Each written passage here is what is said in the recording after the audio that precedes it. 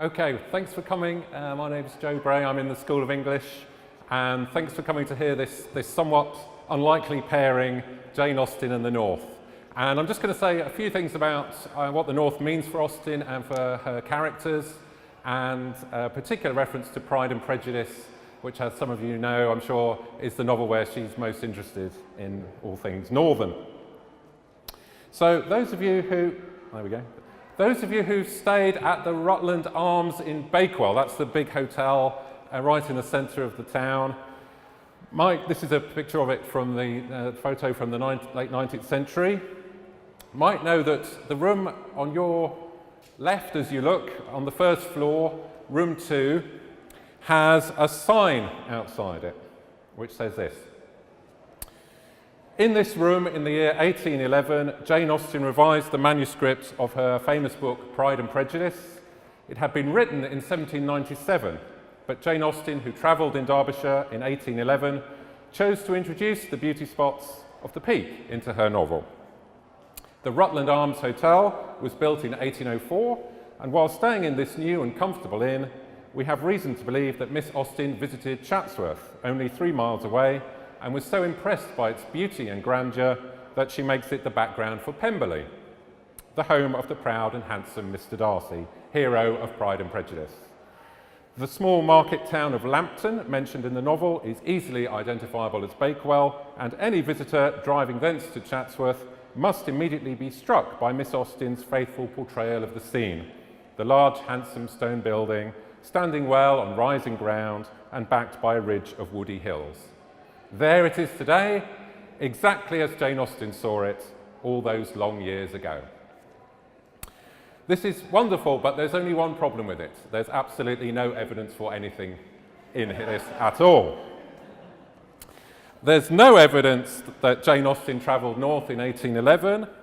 There's no evidence that Lambton was based on Bakewell, and most importantly, there's no evidence that Pemberley was based on Chatsworth, despite the apparent similarity of it standing well on rising ground and backed by a ridge of woody hills. And this certainly sounds like Chatsworth, as do other descriptions of the house and the view from within it. But scholars have disagreed about this, and lots of other possibilities have been put forward, including possibly Wentworth Woodhouse as a model for Pemberley. We just don't know Jane Austen's movements in 1811. It's possible that she was travelling in Derbyshire, but again, there's a lot of disagreement. Some Austen critics are adamant she never went north of Oxford. What she may have done is based her descriptions of Elizabeth Bennet's northern tour on written sources, especially a book by William Gilpin called Observations Relative Chiefly to Picturesque Beauty, made in the year 1772 on several parts of England, particularly the mountains and lakes of Cumberland and Westmoreland. And this book, as you can tell, focused on the Lake District, and this was indeed the original destination for Elizabeth's tour with her uncle and aunt, Mr. and Mrs. Gardiner, and until her uncle's business commitments mean that it has to be shortened. So they were obliged to give up the lakes and substitute a more contracted tour, and according to the present plan, were to go no farther northward than Derbyshire. In that county, there was enough to be seen to occupy the chief of their 3 weeks, and to Mrs. Gardiner, it had a peculiarly strong attraction. The town where she had formerly passed some years of her life and where they were now to spend a few days was probably as great an object of her curiosity as all the celebrated beauties of Matlock, Chatsworth, Dovedale, or the Peak. Now, Matlock, Chatsworth and Dovedale are all described by Gilpin in his book in some detail. And in fact, it's the mention of Chatsworth here which makes some critics think, well, Pemberley can't be Chatsworth, because if you're mentioning Chatsworth and Pemberley, they must be different. But anyway, more important is that this quotation illustrates the important association of place for Jane Austen's characters. Whether or not Lambton is Bakewell or not, the important thing is that Mrs. Gardiner has a strong attraction to it, a peculiarly strong attraction. And this is a common theme in Austen's novels, that particular places resonate for particular characters. And it's Derbyshire, before she even goes there, is already a very strong association for Elizabeth. Elizabeth was excessively disappointed. She had set her heart on seeing the lakes and still thought there might have been time enough. But it was her business to be satisfied, and certainly her temper to be happy, and all was soon right again. With the mention of Derbyshire, there were many ideas connected. It was impossible for her to see the word without thinking of Pemberley and its owner. But surely, said she, I may enter his county with impunity and rob it of a few petrified spars without his perceiving me. So even before she goes, it's important that she's associating Pemberley with Darcy. And when the party arrive at Pemberley, what is important is not so much the physical description as how Elizabeth responds to it and the kind of connections she makes with its owner. So here's the description. I won't go through all of it again. This is the ridge of High Woody Hills bit. But you can see that the important thing here that Austen wants us to think about is Elizabeth's reaction to it and the kind of images she makes in her head about it.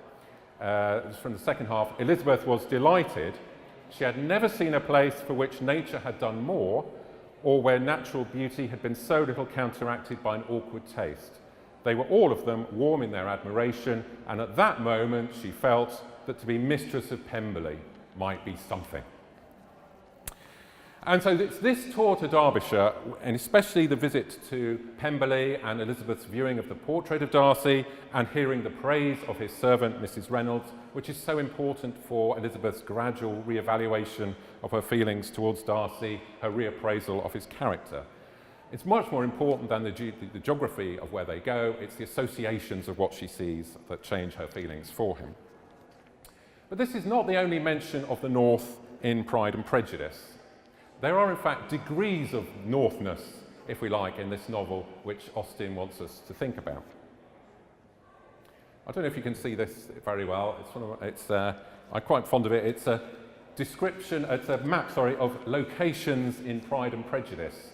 And what's quite, you probably can't see very well, but what's quite good about it is that Pemberley is sort of just north of the Bristol Channel, that's kind of Cheltenham.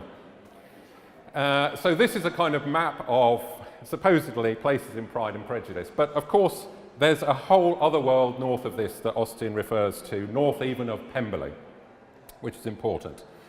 Because this north is not visited, but it is referenced, and this is the north to which Wickham is going to be banished, following his elopement with Lydia and the hastily arranged marriage that Darcy has sorted out. And this is to Mrs. Bennet's great distress. She uses the word banished when she thinks about where her daughter's going to go now with Wickham.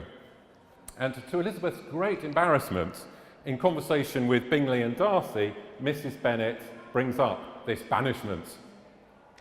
It is a delightful thing, to be sure, to have a daughter well married, continued her mother. But at the same time, Mr. Bingley, it is very hard to have her taken such away from me. They are gone to Newcastle, a place quite northward, it seems, and there they are to stay, I do not know how long. His regiment is there, for I suppose you have heard of his leaving the regiment he was in, and of his being gone into the regulars. Thank heaven, he has some friends, though perhaps not so many as he deserves. So it's this banishment to Newcastle, of all places, which is the ultimate insults for Mrs. Bennet. And although Lydia hatches plans for her mother and her sisters to go and visit her in Newcastle, Mr. Bennet is quite adamant this is not going to happen, there's no possibility of it, and there never seems to be a prospect of them going to Newcastle. And we learn in the final chapter that although Lydia occasionally is allowed to visit Pemberley when Darcy is away for some reason or another, other than that, Lydia and Wickham are in a kind of faraway land that we never really hear about again. And they're in a world north of Derbyshire, and this is a world from which there is no possibility of a return to polite society. Okay, I'll stop there.